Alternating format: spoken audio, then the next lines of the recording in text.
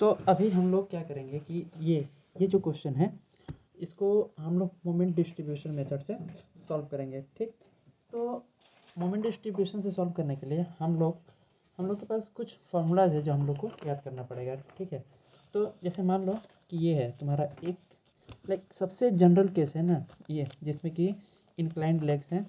मान लो कि जो लेग अगर इंक्लाइंड है, ठीक, तो इसका ये जो लेफ़्ट वाला लेग है इसका लेंथ L1 है, इसका L2 है, इसका लेंथ L है। ठीक है, और मान लो कि इसका जो इंक्लिनेशन है विथ वर्टिकल इसका β1 है और इसका इंक्लिनेशन विथ वर्टिकल β2 है। ठीक, और इसका लेंथ L हो गया, ये L1 ये L2। ठीक है, तो देखो अभी मोमेंट डिस्ट्रीब्यूशन और स्लोप डिफ्लेक्शन, ठीक है, तो उन दोनों के लिए जो हम लोग का फार्मूलाज है वो थोड़ा थोड़ा चेंज हो जाता है। ठीक, पहला कि देखो मान लो कि अगर इसको हम लोग एक्सटेंड करते हैं, ठीक है, इन दोनों को तो ओ पॉइंट में मीट करता है, ये वाला लेंथ A1 होता है, ये वाला लेंथ A2 होता है। ठीक है, तो A1 और A2 कैलकुलेट करने के लिए तो ये तो फिक्स है क्योंकि ज्योमेट्री है, तो स्लोप डिफ्लेक्शन हो या मोमेंट डिस्ट्रीब्यूशन हो हम लोग यही फॉर्मूला यूज़ करेंगे, L upon cos β1 tan β1 plus tan β2। यहाँ पे भी L upon cos β1 tan β1 plus tan β2।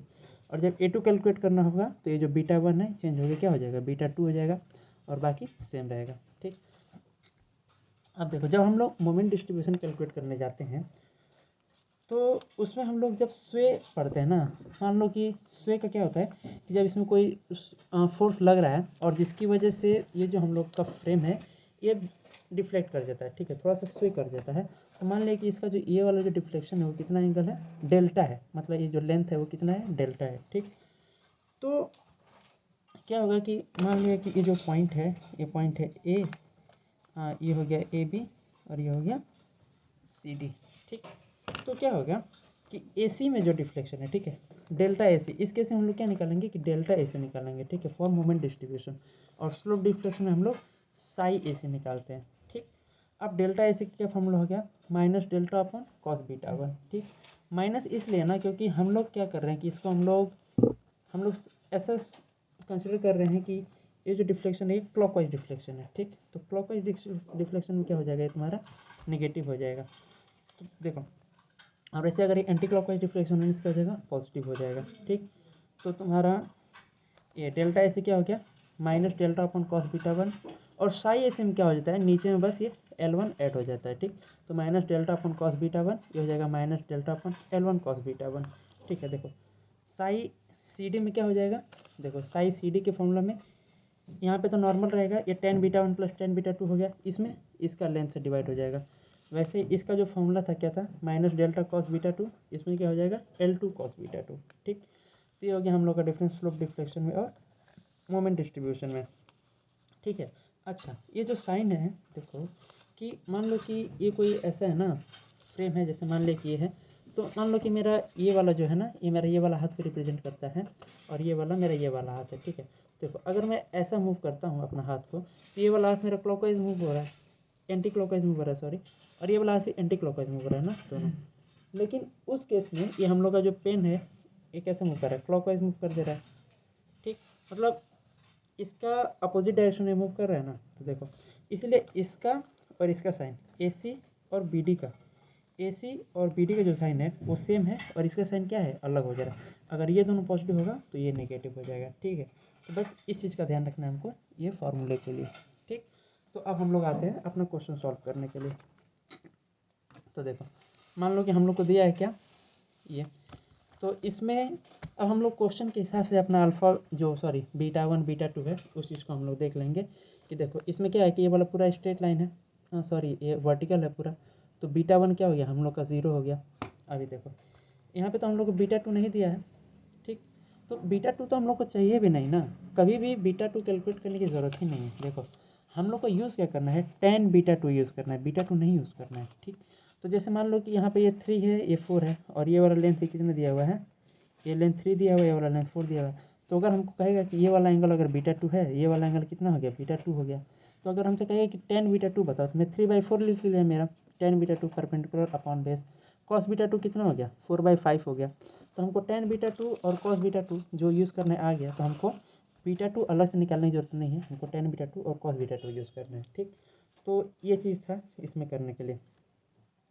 अभी देखो उसके बाद क्या है कि जो मोमेंट डिस्ट्रीब्यूशन के लिए, मोमेंट डिस्ट्रीब्यूट करने के लिए हम लोग क्या करते हैं, सबसे पहले तो मेंबर्स का नाम लिख लिया, ठीक है, और सबका फिक्स्ड इन मोमेंट लिख लिया, ठीक। अब फिक्स्ड इन मोमेंट का क्या फॉर्मूला था, ये देखो, मान लो कि 50 किलो न्यूटन यहाँ पे लग रहा है, तो इसका क्या फॉर्मूला होता है, WL/8, उस पर यूज़ करके हम लोग ये निकाल लिए।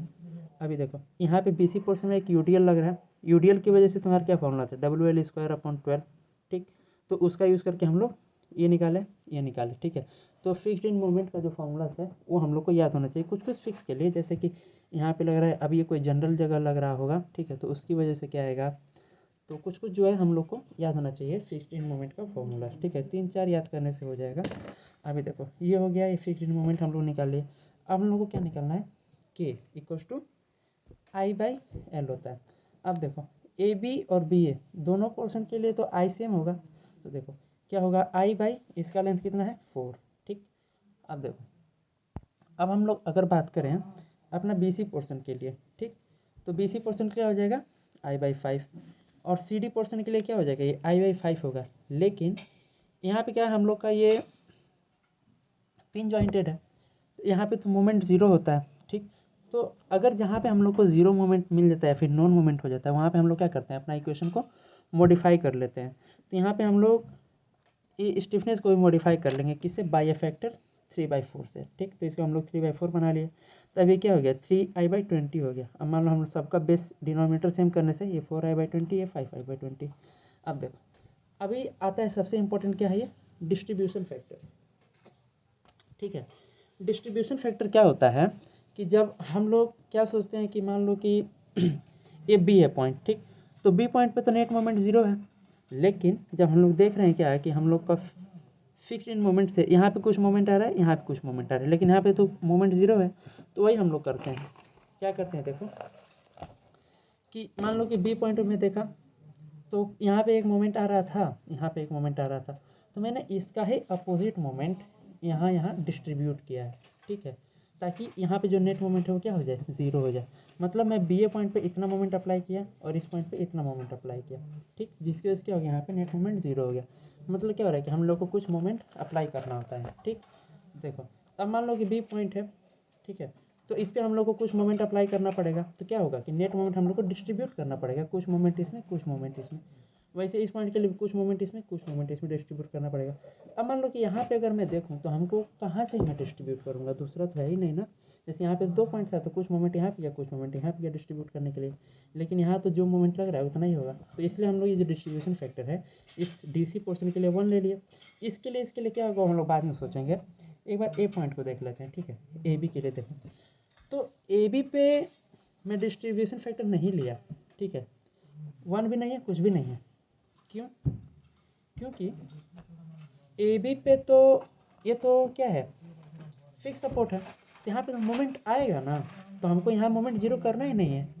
मोमेंट डिस्ट्रीब्यूट में किस लिए करता हूँ, ये जो डिस्ट्रीब्यूशन फैक्टर है किस लिए करते हैं, ताकि यहाँ पे नेट मोमेंट जीरो हो जाए, लेकिन यहाँ तो नेट मोमेंट जीरो हो ही नहीं रहा है, तो हम लोग डिस्ट्रीब्यूट क्यों करेंगे, है कि नहीं। तो इसलिए AB पोर्शन है, यहाँ पे क्या है, डिस्ट्रीब्यूशन फैक्टर नहीं होगा, ठीक। बाकी में क्या होगा, डिस्ट्रीब्यूशन फैक्टर होगा। अब देखो, तो अभी हम लोग डिस्ट्रीब्यूशन देखेंगे। सब में पहले फिक्स्ड इन मोमेंट लगा लिया, ठीक है।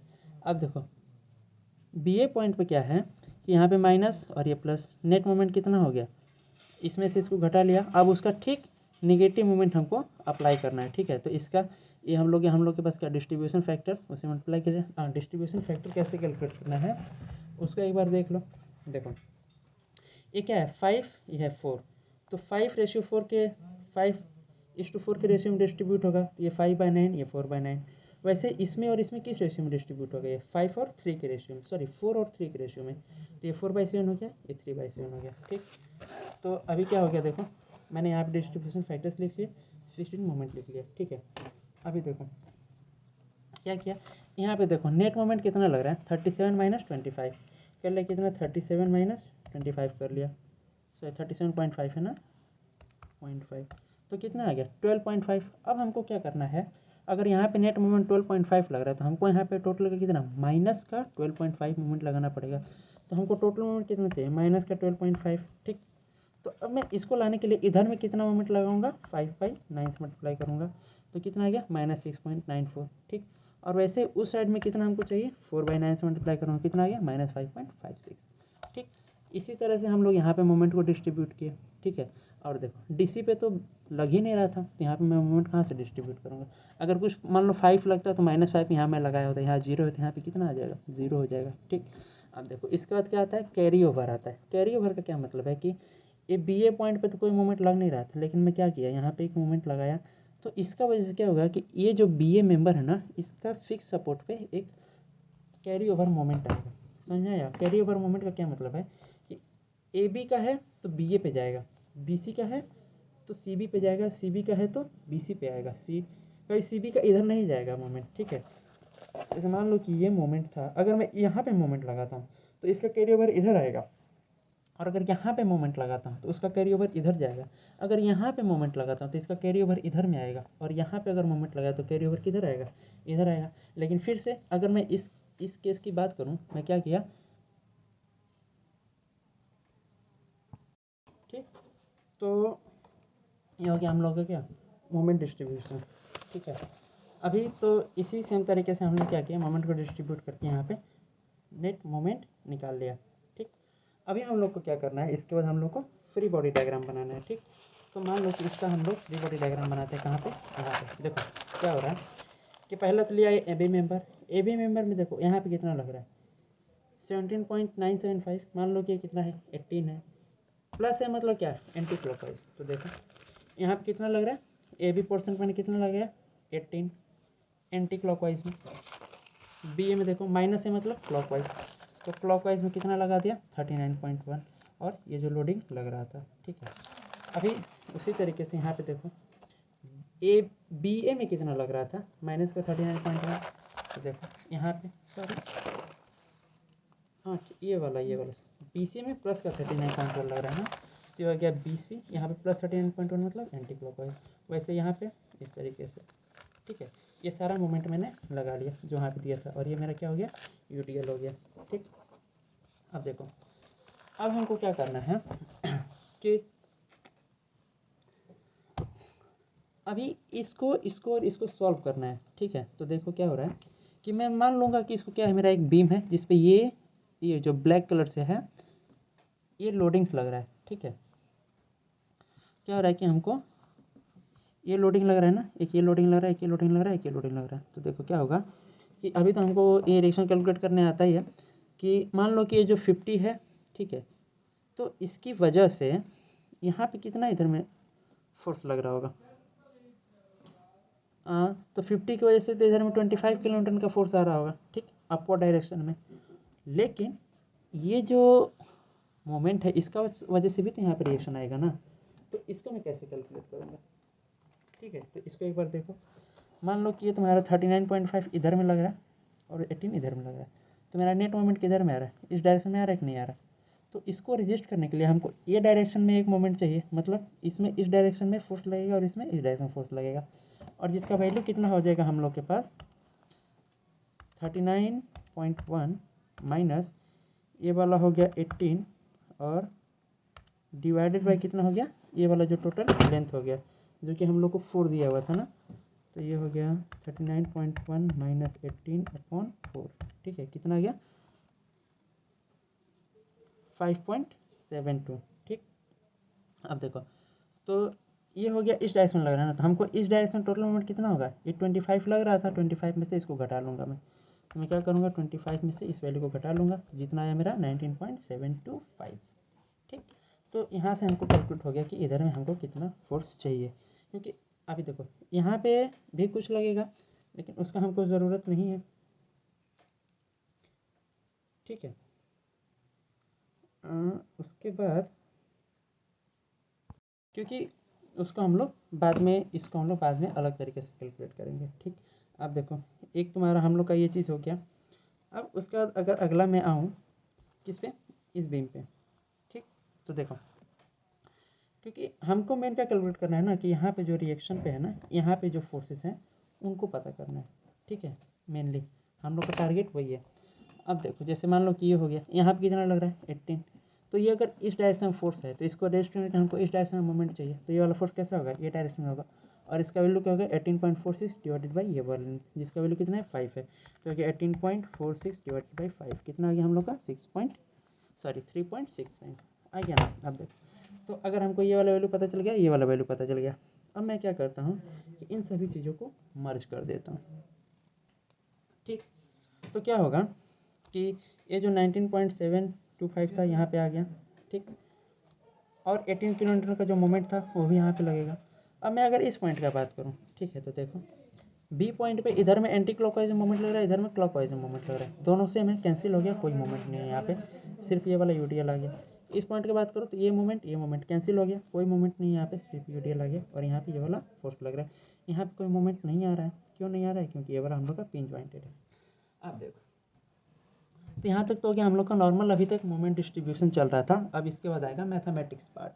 ठीक, मान लो कि अगर ये क्वेश्चन नॉन स्वे का होता, ठीक है, तो नॉन स्वे में क्या बोलता क्वेश्चन कि आप एक ऐसा फोर्स एच बताइए, ठीक है, जिसकी वजह से कि यहाँ पे कोई स्वे नहीं है। तो देखो मान लो कि यहाँ पे एक फोर्स एच लग रहा है ना, जो हम लोग यहाँ पे नहीं कैलकुलेट किया, ठीक है, जिसको हम लोग कर सकते थे, लेकिन यहाँ पे क्या होता है कि इसका अलग कंपोनेंट आता है ना, जो हम लोग को प्रॉब्लम देता, इसलिए हम लोग यहाँ से कैलकुलेट करेंगे इस एच को। तो क्या होगा कि मान लो कि यहाँ पे एक फोर्स एच लग रहा है, जिसका वजह से क्या होगा, यहाँ पे कोई स्वे नहीं आएगा। ठीक है, कोई स्वे नहीं आने का क्या मतलब है कि यहाँ पे मोमेंट हो गया ज़ीरो।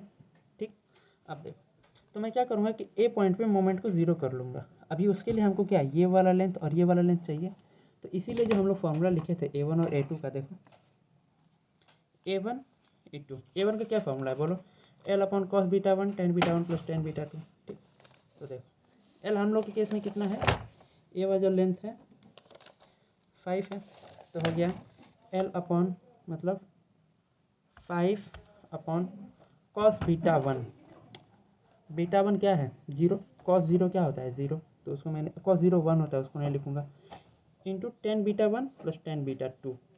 tan β1 फिर से क्या हो गया जीरो, क्योंकि cos जीरो सॉरी β1 जीरो है, तो tan बीट, तो फॉर्मूला कहाँ गया, यहाँ गया, देखो cos β1 1 हो गया, tan β1 जीरो हो गया, अभी क्या बचा tan β2। tan β2 कितना आ जाएगा यहाँ से, देखो ये वाला लेंथ हम लोग का कितना था, ये इसका जो हम लोग का स्लोप था 3 4 था। ठीक है, ये 3 है, ये 4 है। ठीक, तो ये हो गया क्या हम लोग का β1, tan β1 कितना हो गया 3/4, तो अपॉन क्या किया 3, और इधर इंटू क्या कर लिया मैंने 4 कर लिया। ठीक, कितना आ गया 6.66 आ गया ना। तो इसी तरीके से हम लोग इसको निकाल लिए। अब इसके बाद हम लोग क्या करेंगे, सिंपल मोमेंट अबाउट ओ का इक्वेशन बना दिया। ठीक है, हम लोग ये वाला डायरेक्शन को पॉजिटिव ले ले, किसी को कुछ भी ले सकते हैं। अगर ये पॉजिटिव है तो ये हम लोग का हो गया मोमेंट का इक्वेशन, जहाँ से हम लोग को एच का वैल्यू आ गया। ठीक, तो अब हम लोग अगर ये बोलेगा कि मान लो कि ऐसा बोल रहा था ना, यहाँ पे एक रोलर लगा दिया होता और बोलता कि आप एच कैलकुलेट कर दिए जिससे कि आपको कोई स्वे नहीं आया, तो आप क्या करते, यहाँ पे आप एच का वैल्यू लिख के इतना से लिख देते, H is the force required to prevent the sway. और उसके बाद मान लो कि ऐसा क्वेश्चन रहा होता ना हम लोग को, यहाँ पे ऐसा रहता, तो ये होता है एच, आप लिखते एच इक्वल टू इतना kilo Newton and in this direction. Done, हो गया ख़त्म यहाँ से, अगर ये क्वेश्चन नॉन स्वे का होता तो। लेकिन अब ये क्वेश्चन स्वे का है, तो फ़र्क क्या पड़ा है कि यहाँ पे तो कुछ डिफ्लेक्शन आएगा ना, जो हमको नहीं पता है। तो अब मैं क्या करूँगा कि चलो मान लेता हूँ कि कुछ डिफ्लेक्शन या डेल्टा हो जाता है। ठीक है, तो मैं क्या करूँगा, अब मैं फिर से इस चीज़ को एनालाइज करूँगा। यहाँ पर देखो क्या हो गया कि मैंने मान लिया कि यहाँ से क्या हो गया, कुछ डिफ्लेक्शन डेल्टा हो गया। अभी हमको क्या delta A B, delta B C और डेल्टा सी डी निकालना पड़ेगा ना। तो देखो उसके लिए मैंने फिर से जो फॉर्मूला बताया था क्या, कि मोमेंट डिस्ट्रीब्यूशन में हमको delta A C, delta C D और डेल्टा डी बी का ये जो फॉर्मूला है, इसको यूज़ करना है, minus delta upon cos beta one, delta tan beta one plus tan beta two, और ये हो गया। ठीक, तो देखो यहाँ से जो डेल्टा ए बी आएगा कितना आ गया, अभी देखो यहाँ पे ये डायरेक्शन चेंज किया है ना। देखो अगर ये इसको पॉजिटिव माना है तो तुम्हारा ये हो गया, अच्छा सिर्फ ये वैल्यूज पुट किया है ना, बाद में इसको यहाँ पे साइन हम लोग ले लिए हैं सही तरीके से। ठीक है, तो मान लो कि यहाँ पे सिर्फ मैग्नीट्यूड लिया है, ये हो गया डेल्टा कॉस जीरो कितना हो गया 1 हो गया, तो ये सिर्फ डेल्टा हो गया, ये कितना हो गया delta into tan beta one plus tan beta two, इसका वैल्यू पुट किया, ये हो गया 3/4 और ये हो गया कितना 5 डेल्टा/4। ठीक, अब हम लोग को क्या कैलकुलेट करना है, फिक्स्ड इन मोमेंट को कैलकुलेट करना है। ठीक है, तो देखो यहाँ पे हम लोग डेल्टा का साइन इसलिए नहीं लिए हैं क्योंकि यहाँ पे हम लोग जब फिक्स्ड इन मोमेंट को सॉल्व करेंगे ना, तो वहाँ पे हम लोग प्रॉपर साइन के साथ करेंगे, तो इसलिए अभी यहाँ पे डेल्टा का साइन को इग्नोर कर दिया। ठीक है, अगर यहाँ पे डेल्टा का साइन लेता तो यहाँ पे फिक्स्ड इन मोमेंट में कोई साइन नहीं लेते हम लोग। ठीक, तो आप देखो फिक्स्ड इन मोमेंट के लिए हम लोग को जो साइन कन्वेंशन है वो क्या होता है कि ये अगर ऐसा डिफ्लेक्ट हो गया ना, तो ये हो गया इस डायरेक्शन में होगा, सॉरी इसका अपोजिट डायरेक्शन होगा डिफ्लेक्शन का, और जिसका वैल्यू क्या होता है 6EI delta upon L square. ठीक, तो FEM AB और FEM BA दोनों इक्वल हो गया, फार्मूला क्या हो जाएगा 6EI डेल्टा AB ठीक अपॉन 4 स्क्वायर। अब देखो डायरेक्शन कैसा हो गया तुम्हारा कि ये वाला इधर मूव कर रहा है, तो हम लोग का मूवमेंट किधर लगेगा, ये डायरेक्शन में लगेगा। ठीक, और ये डायरेक्शन कैसा है, एंटी क्लॉकवाइज है ना, तो एंटी क्लॉकवाइज क्या हो गया, पॉजिटिव हो गया। देखो यहाँ पे हम लोग प्रॉपर साइन का यूज़ कर रहे हैं, इसलिए यहाँ पे हम लोग साइन नहीं लिए। ठीक, अब देखो जैसे डेल्टा BC की बात करूँगा तो ये क्या होता है, अभी देखो AB और ये CD ये दोनों का सेम साइन होता है, तो वैसे CD क्या हो गया 6EI इंटू डेल्टा CD, क्योंकि 6EI डेल्टा होता है ना उसका formula, 6EI delta upon L square upon इसका एल स्क्वायर हो गया। ठीक है, अब डेल्टा CD और ये देखो ये वाला नेगेटिव हो जाएगा एकदम, 6EI delta upon 5 square delta BC हो गया, और ये वाला नेगेटिव क्योंकि ये दोनों पॉजिटिव हैं तो इसका साइन क्या होता है, अलग होता है। ठीक है, अब देखो अभी डेल्टा AB डेल्टा BC और डेल्टा CD का चुपचाप से यहाँ पे वैल्यू पुट कर दिया है। ठीक, अभी अगला हम लोग क्या करते हैं कि ये तो हम लोग समझ में आ गया, अब हम लोग क्या करना है कि ये FEM का हम लोग कहाँ यूज़ करते हैं मोमेंट को डिस्ट्रीब्यूट करने के लिए, लेकिन इस वाली वैल्यू को मैं कैसे डिस्ट्रीब्यूट कर सकता हूँ मोमेंट में, नहीं पता चल सकता है ना हमको। तो मान लूँगा इसकी कोई एक वैल्यू है 100 500 200 300, मेरा जितना मर्जी है मैं इसकी कुछ वैल्यू मान लूँगा। ठीक है, तो अभी के लिए मैंने कितना मानना है कि लेट FEM AB जो है AB या BA दोनों कितना है 25, मैंने जस्ट मान लिया है इसको। ठीक है, अभी अगर इसका वैल्यू 25 है, इसका क्या 6EI डेल्टा अपॉन 16 का वैल्यू 25 है, तो यहाँ से हमको 6EI डेल्टा की वैल्यू कितनी मिल गई 16 इंटू 25। अभी देखो 6EI डेल्टा का वैल्यू को निकालने क्या मतलब है कि अगर मैं यहाँ पे पुट कर दूँ 6EI इंटू डेल्टा, तो इसकी भी कुछ एक न्यूमेरिकल वैल्यू मिल जाएगी और इसकी भी एक न्यूमेरिकल वैल्यू मिल जाएगी। तो देखो वही दोनों मैंने कैलकुलेट कर लिया। ठीक, BC की भी एक न्यूमेरिकल वैल्यू मिल गई, BC की कैसे मिल गई 6EI और डेल्टा की जगह 16 इंटू ये कर लिया 3/4 इंटू 25 यहाँ पुट कर लिया, ये आ गया और ये आ गया हम लोग का। ठीक है, अब अगला स्टेप क्या किया, सिंपल सा इसको मोमेंट डिस्ट्रीब्यूशन में डाला, यहाँ से फिर से मोमेंट कैलकुलेट कर दिया, सॉरी यहाँ पे फिक्स्ड इन मोमेंट निकाला। ठीक है, अभी देखो यहाँ पे फिर से 3/4 जो स्टेपनेस करने का तरीका था हम लोग की, ये डिस्ट्रीब्यूशन फैक्टर्स निकाल लिए, यहाँ पे कुछ भी नहीं होता है, यहाँ पे 1 होता है, ये आ गया। ठीक है, अब उसके बाद क्या किया मोमेंट डिस्ट्रीब्यूशन टेबल बना के यहाँ पे मोमेंट डिस्ट्रीब्यूट किया। ठीक, और फिर से यहाँ पे सबका एक एक वैल्यू निकाल दिया। अब देखो यहाँ पे फिर से क्या किया, इसका फ्री बॉडी डायग्राम हमको बनाना पड़ा, जो कि नाम हो गया ABCD, ये है AB, ये है BC और ये है CD। ठीक, तो देखो अभी देखो ये वाला प्लस आया था एंटी क्लॉकवाइज, ये भी प्लस आया है, ये भी एंटी क्लॉकवाइज, ये माइनस आया है, ये क्लॉकवाइज, ये माइनस आया है, ये क्लॉकवाइज, ये प्लस आया है एंटी क्लॉकवाइज, ये 0 आया है, कोई दिक्कत नहीं है। ठीक, अभी फिर से क्या किया है कि देखो हमको फिर से ये और ये का वैल्यू कैलकुलेट किया है ना, तो देखो अभी उसका हम लोग को क्या है कि फिर से इसमें से इसको घटाया। ठीक है, अच्छा हाँ, एक चीज़ है कि उसमें हम लोग क्या कर रहे थे कि हम लोग लोडिंग्स को ले रहे थे ना, ये चीज़ मैं बताना भूल गया, तो इसमें हम लोग को क्या करना है लोडिंग्स को इग्नोर कर देना है, क्योंकि हम लोग लोडिंग को लेके तो ये निकाल लिए थे कि कितना रिएक्शन चाहिए, अभी हम लोग क्या करना है सिर्फ स्वे देखना है ना कितना हुआ है, तो वहाँ पे हम लोग लोडिंग्स नहीं लेंगे। ठीक है, तो अभी सिर्फ स्वे की वजह से यहाँ पे कितना आ गया 9.49 आ गया। ठीक, और देखो इसका वजह से कितना आ गया 9.49 आ गया। ठीक, और वैसे ही इसका वजह से तो कोई भी वर्टिकल रिएक्शन नहीं आएगा, और इसका वजह से कितना आ गया इतना आ गया। ठीक, तो अभी क्या करना है इसको फिर से हम लोग एक फ्री बॉडी डायग्राम से नॉर्मल मोमेंट में हम लोग कैलकुलेट करेंगे। ठीक है, तो देखो अभी देखो क्या हो गया कि यहाँ पे ये लगा दिया सारा लोडिंग्स, इसका वजह से देखो ये रिएक्शन निकाल दिया ना, फिर से हमको इस रिएक्शन से यहाँ पे जो रिएक्शन आ रहा है ना, एक्चुअली जो यहाँ पे मैंने निकाला हुआ है, यहाँ पे जो निकाल के लिख रहा हूँ ना, इसका हमको ज़रूरत नहीं है। ठीक है, क्योंकि इसको ये ऐड होगा इसका रिएक्शन में ना, और इसका क्या होगा ये, जैसे कि इसको मैं क्यों नहीं निकाल रहा हूँ यहाँ पे, रीज़न ये है ना कि मान लो कि इसका तो एक रिएक्शन आएगा ना, ये इतना आ रहा है। ठीक है, तो ये इस डायरेक्शन में उतना ही आएगा, और इसका एक कंपोनेंट आएगा जो इसमें ऐड होगा, जो कंपोनेंट मैं यहाँ से कैलकुलेट नहीं कर पा रहा हूँ क्योंकि एक इंक्लाइन डायरेक्शन में है, तो इसकी वजह से मैं इसको भी यहाँ पे नहीं कैलकुलेट कर रहा हूँ, मैं उसको थोड़ा अलग मेथड से कैलकुलेट करने जा रहा हूँ, जो कि यहाँ पे ही हम लोग कैलकुलेट करते हैं। ये रहा, ठीक है। तो देखो मैंने ये वाला रिएक्शन लिख लिया, ये वाला रिएक्शन कभी छोड़ दिया, यहाँ पे कोई भी हॉरिजॉन्टल रिएक्शन नहीं आ रहा है तो छोड़ दिया सबको, सिर्फ ये वाला लिख लिया, क्योंकि यहाँ पे वर्टिकल रिएक्शन आएगा जिसको हम लोग अभी नहीं लिख रहे हैं, जो कि हम लोग को लिखना चाहिए, लेकिन हम लोग को कैलकुलेट नहीं करना ना वर्टिकल रिएक्शन, इसलिए हम लोग नहीं लिख रहे हैं इसको। ठीक, ये हो गया हम लोग के पास। अभी फिर से हम लोग को ये और ये कैलकुलेट करना है जो हम लोग को कैलकुलेट कर चुके हैं पिछली बार का ही। ठीक है, तो अब देखो हम लोग को फिर से ये वाला एच निकालना है ना, यहाँ पे सबसे इंपॉर्टेंट क्या है, ये एच ही है जो हम लोग यहाँ पे नहीं कैलकुलेट कर रहे हैं। ठीक, तो अभी ये एच क्या होगा, उसके लिए फिर से मैं मोमेंट अबाउट ओ जीरो किया तो मेरे को एच का एक वैल्यू आ गया। ठीक है, अब कहानी शुरू होती है किसकी, फाइनल जो हम लोग को बनाना है मोमेंट डिस्ट्रीब्यूशन से।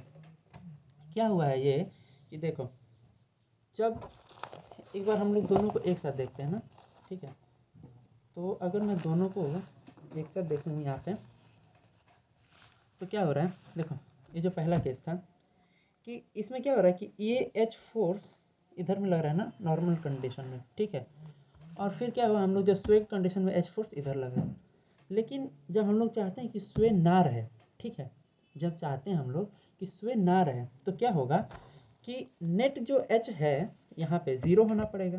ठीक है, तो हम लोग क्या करना है, इन दोनों को मर्ज करना है, जो हम लोग को एक्चुअल कंडीशन चाहिए, मतलब हम लोग को ये सारा मोमेंट से तो कैलकुलेट करना है ना। तो अगर यहाँ पे एच इतना लग रहा है ना 4.97, तो ये सारा मोमेंट सारा, ये सारा रिएक्शन आ रहा है। जब एच इतना लग रहा है 16.8, तो ये सारा रिएक्शन आ रहा है। लेकिन हम लोग को क्या करना है कि एच को ही तो जीरो करना है, तभी तो स्वे आएगा, एच रहेगा तो स्वे चेंज हो जाएगा। ठीक, तो मैं क्या करूँगा कि देखो अगर ये है ना पी, इसको मैं अगर चेंज करूँ, मॉडिफाई करूँ, कैसे कैसे भी करके इसको यहाँ पे नेट एच जीरो बना दो, तो ये देखो ये इस डायरेक्शन में लग रहा है, तो इसको हमको अपोजिट डायरेक्शन में लेना पड़ेगा, और इसकी वैल्यू कितनी करनी पड़ेगी, इतनी करनी पड़ेगी। ठीक है, अच्छा इसकी वैल्यू है कितनी 4.97। ठीक है, तो मैं क्या बोल रहा हूँ कि चलो एक काम करता हूँ ना कि मैं इस सिस्टम को पी मान देता हूँ। ठीक है, ये जो सिस्टम है इस सिस्टम को पी मान दिया, और ये जो सिस्टम है ना इस सिस्टम को क्या मान दिया, क्यू मान दिया। ठीक, तो देखो क्या होगा कि मैं क्या बोलूँ कि अगर इसमें क्या लिखा है 4.97 लिखा है ना, तो अगर इस चीज़ को मैं समझना चाहूँ तो मैं ऐसे लिखूँगा क्या, ये तो हो गया 4.97। इसमें अगर मैं इसका नेगेटिव, ठीक है, क्योंकि ये भी सेम डायरेक्शन में है ना, तो मैं क्या करूँगा इसका नेगेटिव जोड़ूंगा। लेकिन क्या कि यहाँ पे हमको 4.97 चाहिए, 4.97 चाहिए, लेकिन ये है कितना 16.8 है ना, तो इसको मैं 16.8 से देखो इसको ऐसे करूँगा कि ये जितना है, ठीक है, ये जितना है मान लो कि ये एच है, इसको मैं क्या किया 16.8 से डिवाइड कर लिया, तो अभी एच को यहाँ पे 16.8 करूँगा तो ये डिवाइड होकर 1 हो गया, और इसको मैं किससे मल्टीप्लाई कर लूँगा 4.97 से। ठीक, तो अब ये मेरे को इतना आ जाएगा कि नहीं आ जाएगा, तो मैंने वही लिखा है क्या कि देखो ये जो पी है, पी में क्या जाऊँगा नेगेटिव ऑफ 4.97 हमको चाहिए, और इसका आया है कितना इतना, और इसमें क्या क्यू को मल्टीप्लाई कर दूंगा। अभी जब एच निकालना होगा तो एच की वैल्यू ही इतनी है, तो ये क्यू जो है कि ये बन के आएगा तो ये हो जाएगा 0, क्योंकि पी का value for H P equals to 4.97। तो यहाँ से मैंने ले लिया कि इसमें क्या करूँगा, इसका नेगेटिव ऐड करना है, लेकिन किससे 16.8 से डिवाइड करके इससे मल्टीप्लाई कर दूँ, समझ आ गया। तो ये हो गया हम लोग के पास P plus minus of 4.97 upon 16.8 into Q. ठीक है, तो हम लोग के पास ये हो गया। एक्चुअली इसको ऐसे भी कर सकते हैं ना कि पी माइनस, यहाँ पे हम लोग को पी बाई क्यू करना है ना, क्योंकि हम लोग को अगर ज़ीरो चाहिए तो मैं क्या करूँगा कि ये हो गया पी, ठीक है, माइनस पी इंटू में क्यू बाई क्यू। ठीक, ऐसा ही करूँगा ना। अगर मान लो कि इसको कैसे निकालना है वो तुमको याद करना है, तो तुम ऐसा लिख लो कि हमको क्या करना है पी माइनस पी करना है, मेन जीरो चाहिए, और क्या करूँगा इंटू क्यू बाई क्यू कर लूँगा। ठीक है, अब कोई भी पी और क्यू का दो वैल्यू पुट कर दो, एक पी और क्यू को रहने दो, ये रेशियो वाला पी और क्यू का वैल्यू पुट कर दो, तो ये क्या हो जाएगा पी माइनस ये वाला पी का वैल्यू कितना दिया था हम लोग को 4.97 अपॉन क्यू का वैल्यू कितना दिया था 16.8 इंटू क्या हो गया क्यू हो गया। ठीक है, ये मेरा फॉर्मूला बन गया। ठीक है, अब देखो, अब जैसे हम लोग को बोला है एम ए बी तुम कैलकुलेट करो। ठीक है, तो एम ए बी के लिए मैं क्या करूँगा पी तो मैं पी में जाऊँगा और एम ए भी देखूँगा कितना है 18, एंटी क्लॉकवाइज है तो पॉजिटिव पे लिख लिया 18, फिर प्लस माइनस डाल दिया 4.97 इधर डाल दिया। अब मेरे को क्यू चाहिए तो मैं ए बी में क्यू कितना है देखो, क्यू सिस्टम में एम ए बी कितना है प्लस का 20.99, तो प्लस का क्या किया 29.99 डाल दिया, ये आ गया। ठीक है, अब इसी तरीके से ये सारा चीज़ भी हम लोग को आया है। खुद से इसको अच्छा से देखो और इसको तुम लोग खुद से एनालाइज करके देखो कि सेम आ रहा है या नहीं आ रहा है। ठीक है, ये था हम लोग का मोमेंट डिस्ट्रीब्यूशन फॉर स्वे। अभी एक और तरीके का स्वे होता है तो वो भी सेम ही होता है, उसको भी हम लोग यहाँ पे ही देख सकते हैं। जैसे मान लो कि ये हो गया ना, तो क्या हो रहा था कि हम लोग का स्वे था। अभी देखो इसमें तो बीटा 1 बीटा 2 दोनों ही जीरो हो गया ना, तो इसमें तो हम लोग को ये देखो कहीं जाके मिलेगा ही नहीं, तो हम लोग को A1 A2 निकालना ही नहीं है। अच्छा A1 A2 हम लोग क्यों निकाल रहे थे, ये वाला जो H निकालने के लिए ना। अच्छा H उसमें हम लोग क्यों नहीं निकाल रहे थे, क्योंकि यहाँ पे ऐसा था तो एक वर्टिकल कंपोनेंट आता है उसका, यहाँ पे तो ऐसा कुछ होने वाला ही नहीं है कि नहीं। यहाँ पे मैंने क्या किया FEM निकाला। ठीक है, FEM निकालने के बाद मैं मोमेंट को क्या किया डिस्ट्रीब्यूट कर दिया। ठीक, देखो अरे कहाँ गया भाई इसका डिस्ट्रीब्यूशन का, चलो तो ठीक है। मान लो कि उसको डिस्ट्रीब्यूट किया जब मैंने इसके मोमेंट्स को मोमेंट डिस्ट्रीब्यूशन टेबल में, तो हम लोग को जो MAC का वैल्यू आ गया -12 आया। ठीक है, MCA का -24 आया, +24 -24 +24 +12। ठीक है, ये हम लोग का क्या गया एंड मोमेंट्स का वैल्यू आ गया by distributing it in moment distribution table. ठीक, तो देखो अभी हम लोग को मेन फोकस क्या है, मोमेंट डिस्ट्रीब्यूशन टेबल तो नहीं है ना। ठीक है, तो इसलिए मान लो ये वाला वैल्यू आ गया जो हम लोग नॉर्मल कैलकुलेट करके निकाल सकते हैं। अब उसके बाद मेन क्या है, इसका जो फ्री बॉडी डायग्राम हम लोग बनाते हैं वो ये है। तो देखो जब मैं AC बना रहा हूँ ना यहाँ पे AC, तो देखो इसमें क्या हो रहा है, ये 12 लगा रहा हूँ, क्यों ये देखो MAC में हम लोग को ये -12 है, तो ये इस डायरेक्शन में लग गया। और ये देखो सेम डायरेक्शन है ना, -12 और -24। ठीक, अब देखो हाँ -12, देखो -12 है ना, तो इसका क्या हो रहा है, ये तो हम लोग का क्लॉकवाइज डायरेक्शन लग रहा है और ये भी क्लॉकवाइज डायरेक्शन लग रहा है। ठीक है, +12 होता तो एंटी क्लॉकवाइज में लगता है। यहाँ से -12 -24 +24 देखो एंटी क्लॉकवाइज में, यहाँ पे देखो यहाँ पे क्या हो गया -24 क्लॉकवाइज में, यहाँ से ले रहा है सारा वैल्यूज़। यहाँ पे फिर से +24 फिर से +12, देखो फिर से +24 और फिर से +24, ये -12 होगा। ठीक है, अभी देखो मेन हो गया हम लोग के पास ये वैल्यूज़ आ गया। इसकी वजह से हम लोग ये रिएक्शन कैलकुलेट की। ये रिएक्शन कैसे कैलकुलेट हो रहा है, देखो इधर में +24 इधर में दोनों सेम डायरेक्शन में है ना, तो टोटल कितना हो रहा है 36 हो रहा है इस डायरेक्शन में। तो इसको रजिस्ट्रेट करने के लिए मोमेंट क्या है, इस डायरेक्शन में चाहिए ना। अब वैल्यू कितना हो गया 24 + 12 36 और डिवाइडेड बाई ये वाला जो लेंथ है जिसकी वैल्यू कितनी थी ऐसे, तो 36/7 कितना हो गया तुम्हारा 5.14। ठीक है, अभी ऐसे ही हम लोग यहाँ पे भी तो कैलकुलेट कर सकते हैं 7.2 और 7.2 आ गया। उसमें क्या हो रहा था, ये ऐसा था तो इधर आ रहा था ना, तो हम लोग को दिक्कत हो रहा था। अभी तो सीधा सीधा आ गया। अब जब सीधा सीधा आ गया तो हम लोग को जो पी सिस्टम में ये जो आ रहा था H नॉर्मल सा 2.06 आ गया, इसमें से इसको घटा दिया क्योंकि हमको नेट इस डायरेक्शन में चाहिए ना।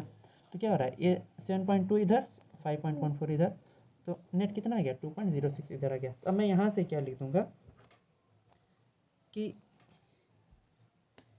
हाँ 2.06 is the horizontal force required for no sway. यहाँ से ख़त्म हो जाएगा हम लोग का ये वाला पोर्शन। अगर क्वेश्चन रहेगा क्या कि अगर आपके पास स्वे नहीं है क्वेश्चन में तो आपको कितना यहाँ पे फोर्स चाहिए। ठीक, ये हो गया हम लोग के पास।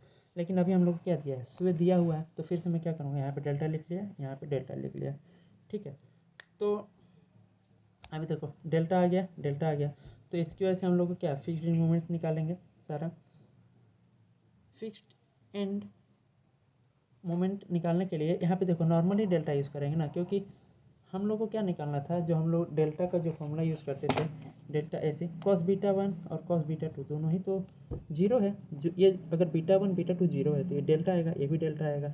ठीक, और ये दोनों जीरो है तो CD में तो कुछ आएगा ही, है कि नहीं। ठीक, तो ये हम लोग के समझ में आ गया कि हम लोग जो डेल्टा AC डेल्टा CD ये जो निकालते थे, ये वाला कितना हो गया माइनस डेल्टा, ये वाला हो गया डेल्टा, सॉरी ये वाला हो गया ज़ीरो, ये वाला हो गया माइनस डेल्टा।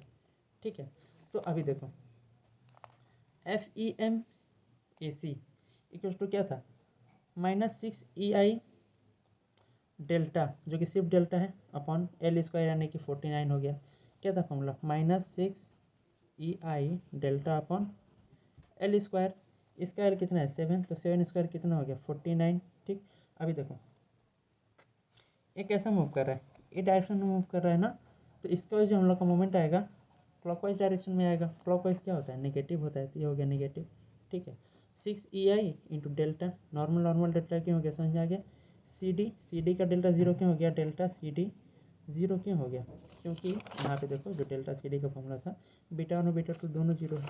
ठीक है, यहाँ पे हो गया 0 0 और ये वाला वैल्यू हो गया। ठीक है, अभी हम लोग के पास ये हो गया फिक्स्ड इन मोमेंट्स आ गए। अभी फिर से क्या था कि अभी मान लो कि कोई भी एक फिक्स्ड इन मोमेंट की ना तुम वैल्यू कुछ भी मान लो। अभी देखो ये निगेटिव है, तुमने इसको निगेटिव ही मान लिया। मान लो कि ये जो -6 EI डेल्टा अपॉन 49 है, ये कितना है माइनस का 50 है, तो यहाँ से हमको डेल्टा का एक वैल्यू आ गया। या फिर अच्छा से क्या लिखता है कि EI इंटू डेल्टा का वैल्यू कितना हो जाता है मेरे पास 408.33। ठीक है, अभी EI इंटू डेल्टा का वैल्यू कितना हो गया 408.33। तो अगर मैं इसको यहाँ पे लिख देता, यहाँ पे 408.33, तो इसका वैल्यू कितना आ जाता, इतना आ जाता। ठीक, तो हम लोग के पास BD और DB का वैल्यू आ गया फिक्स्ड इन मोमेंट में। अभी यही वैल्यूज़ को मैं मोमेंट डिस्ट्रीब्यूशन टेबल में डाल दूँगा। देखो यहाँ पे क्या डाल दिया -50 यहाँ पे 0 0 था, यहाँ पे -98 और -98। फिर यहाँ से मोमेंट को डिस्ट्रीब्यूट किया, हमको एंड मोमेंट्स आ गया। अभी क्या किया, यही जो एंड मोमेंट्स हैं इसको फिर से फ्री बॉडी डायग्राम में बना दिया। ठीक, अब देखो यहाँ से फ्री बॉडी डायग्राम में बनाने के बाद ये जो 34.5 है इसकी वजह से इधर में एक रिएक्शन आ गया और यहाँ में एक रिएक्शन आ गया ना। फिर से उसमें क्या था कि यही जो रिएक्शन था ना ऐसा आ रहा था जिसकी वजह से हमको एच पे मोमेंट कैलकुलेट करने के लिए ये वाला जो डिस्टेंस कैलकुलेट करना था, लेकिन यहाँ तो नॉर्मल से ही आ जा रहा है ना, तो इन दोनों को मैंने जोड़ के यहाँ पे लिख दिया। ठीक है, अभी क्या हो रहा है फिर से जो देखो ये जो क्यू सिस्टम है, क्यू सिस्टम में ये जो आ रहा है ना यही तो हमको नहीं चाहिए। और जो पी सिस्टम था कहाँ गया हम लोग का पी सिस्टम, ये था पी सिस्टम क्या आ रहा था 2.06 आ रहा था ना।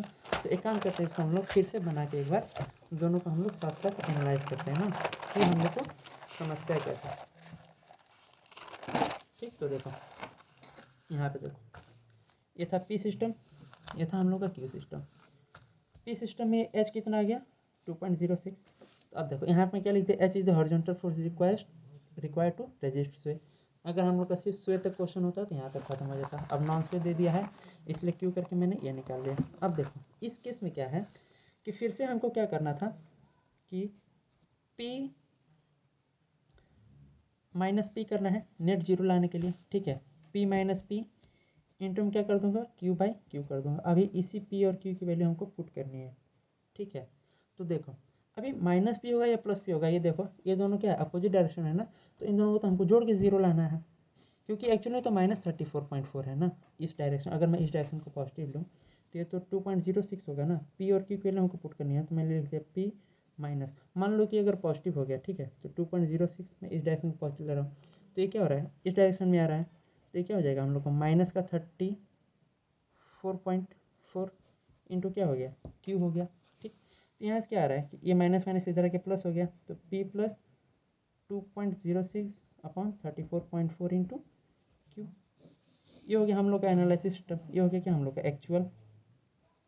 एक्चुअल में अगर रेजिस्ट उसको ज़ीरो करना है यहाँ पे स्वे को या नेट मोमेंट को, तो हमको ये करना पड़ेगा। ठीक है, अभी देखो इसी चीज़ को अगर दूसरा तरीका से समझना चाहते हो तो ये अगर अपोजिट डायरेक्शन में है तो ये होगा कि हम लोग का P plus P into Q, इधर क्यू, इसको छोड़ दो, इसको वैल्यू पुट कर दो। P में क्या वैल्यू है 2.06, यहाँ क्या वैल्यू है 34.4। ये हो गया हम लोग का फॉर्मूला जो बन के क्या हो गया तैयार हो गया। ठीक है, देखो P प्लस क्यू बाई इतना या फिर 2.06 बाई 34.4 इंटू क्यू। ठीक है, अब इस वहाँ से हम लोग एम ए सी ऐसा वैल्यू पुट कर लेंगे। कैसे करेंगे, मान लो कि एम ए सी निकालना है ना, तो मैं क्या किया पी सिस्टम में ए सी देखूंगा, ए सी पे जो मोमेंट आया है क्लॉकवाइज डायरेक्शन में 12 आया है, तो इसको क्या लिख दिया माइनस का 12 लिख दिया। अभी क्यू सिस्टम में जाऊंगा तो फिर से क्लॉकवाइज डायरेक्शन में कितना है 42 आया है, तो यहाँ पे मैं क्या लिख दूँगा माइनस का 42 लिख दूँगा। अभी इसका जो भी वैल्यू आएगा सिंपल कैलकुलेट कर लो। वैसे ये हो गया हम लोग का एक्सप्रेशन का जो फॉर्म है, इसका तो क्या वैल्यू कैलकुलेट करना है और उसके बाद इसका बेंडिंग मोमेंट डायग्राम बना देना है, तो उसमें तो कुछ नहीं है। ठीक है, तो मेन था क्या हम लोग का ये कैलकुलेट करने के लिए। ठीक, तो ये था हम लोग का moment distribution method for non स्वे, और स्वे भी इसमें कवर हो ही गया। तो अभी हम लोग चाहें तो जो मतलब जैसे कि ये वाला जो लास्ट वाला पार्ट है ना, ये जो सेकेंड वाला पार्ट है, क्यू सिस्टम वाला पार्ट है, इसको हम लोग अगर स्किप करना चाहते हैं, क्योंकि सेम कैलकुलेशन ले रहा है, तो अगर स्किप करना चाहते हैं तो इसकी जगह हम लोग को ऐसा ऐसा 2 सॉल्व करना पड़ेगा और 2 एच का वैल्यूज निकालना पड़ेगा। ठीक, तो ये था हम लोग का मोमेंट डिस्ट्रीब्यूशन मेथड।